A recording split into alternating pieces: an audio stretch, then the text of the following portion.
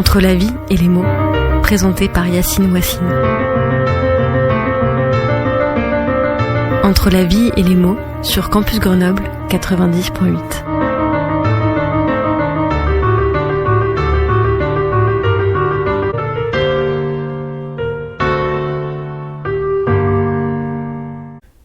Bonsoir et bienvenue dans Entre la vie et les mots, la Méditerranée. Cette belle mer qui a toujours été à travers des siècles et des siècles, soit une fontaine de jouvence, soit une boîte de Pandore. La vérité est sans doute entre les deux, mais ce dont on est sûr, c'est qu'elle a façonné les destins, inspiré les poètes, englouti les plus braves des hommes et magnifié les plus belles des femmes. C'est à un voyage donc autour de cette Méditerranée que je vous invite ce soir, à travers un poème qui nous raconte l'éloignement, l'exil, le départ, celui de son auteur, d'une rive à l'autre de cette merveilleuse mer. Non pas une quête comme celle d'Ulysse ou des grands marins, mais un destin, celui de beaucoup de personnes qui s'y reconnaîtront. Quelques-uns peut-être parmi vous qui écoutez Entre la vie et les mots ce soir. Allons donc dans ce voyage autour de cette grande et capricieuse mer où les choses parfois rapetissent, où les temps s'accélèrent ou ralentissent, où les hommes faiblissent et où les rêves renaissent ou au contraire s'évanouissent. J'ai fermé mes maisons, une à une ce matin, et je pars. Mes maisons, celles d'hier et celles d'aujourd'hui, celles du pays premier, où pousse désespérément un olivier en pierre, la maison de l'enfance, où dort éternellement la jeune femme maigre au sein nu, et la maison des routes, où le vieil Oedipe, assis sur un rocher sans aile, rit aux éclats. J'ai fermé mes maisons. J'ai fermé la maison de l'été, aux fenêtres sans rideaux, où s'entassent les canicules, les douches pauvres et les chaises désertées. Les maisons d'hiver, où l'océan a emporté les clés, le toit et les bouquets fanés. Et la maison du repas de la veille, je l'ai fermée celle-là aussi. Mais qui en parlera? La maison des marins, aux pierres pleines les poches, la maison des chants chantés à moitié, la maison des soleils éloignés, et la maison du cimetière, plus insolente que jamais. C'est de cette maison que je veux parler, où l'exil s'invite.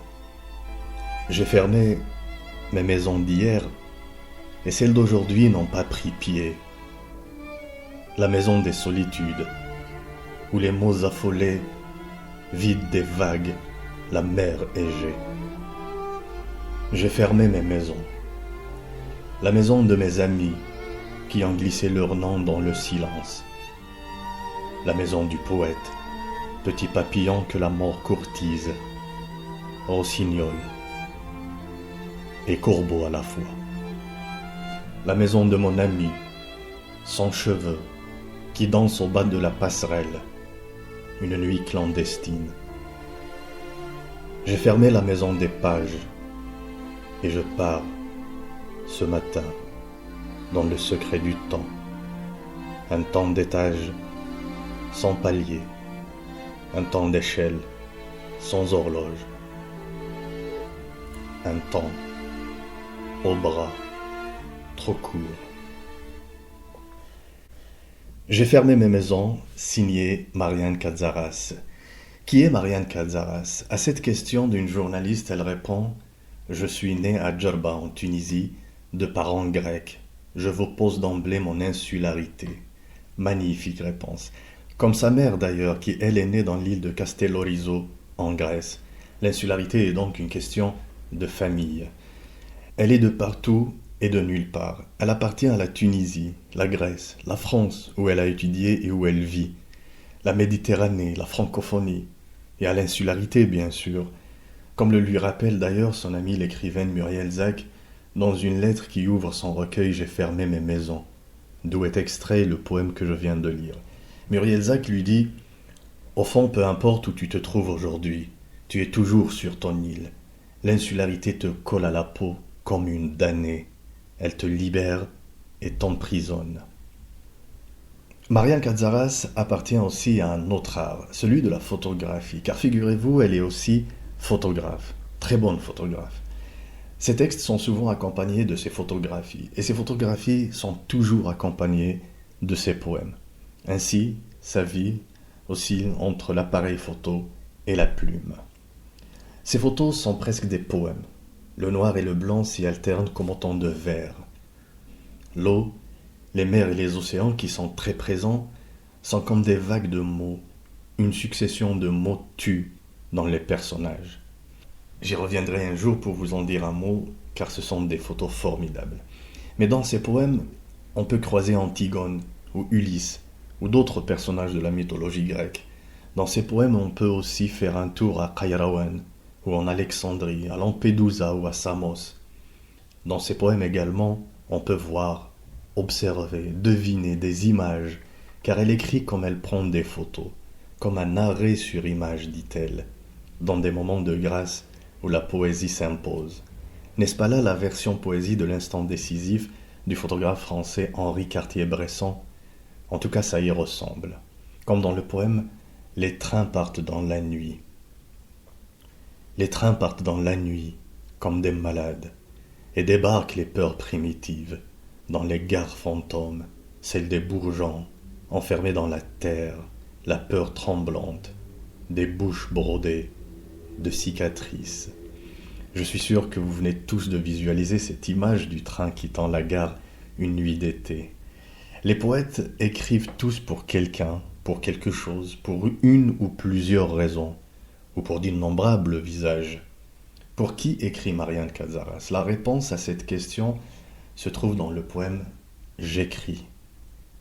J'écris pour ce pays, derrière l'iris du monde. J'écris pour ces géographies qui souffrent dans la nuit. J'écris pour ces continents qui se cachent dans l'ombre des cerfs-volants. J'écris pour l'ignorance, pour l'indifférence.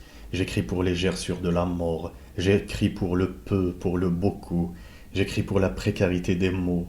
J'écris pour le silence de mes photographies. J'écris pour la désolation des peuples des rues. Je pourrais continuer comme ça jusqu'à la fin de cette chronique, car c'est un long et très touchant poème. Cette année, elle a publié « Sauver son rêve » aux éditions Bruno Doucet. J'ai fermé mes maisons. Le recueil dont est extrait le poème de ce soir est publié, lui, en 2021 aux éditions Bruno Doucet. En 2021 également, elle a publié La mémoire des pierres, photographies et poèmes.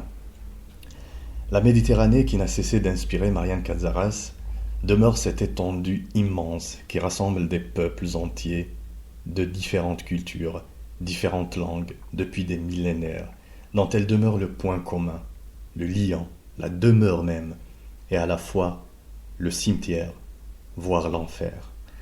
Ainsi je ferme la maison d'entre la vie et les mots pour ce soir. Merci de m'avoir suivi.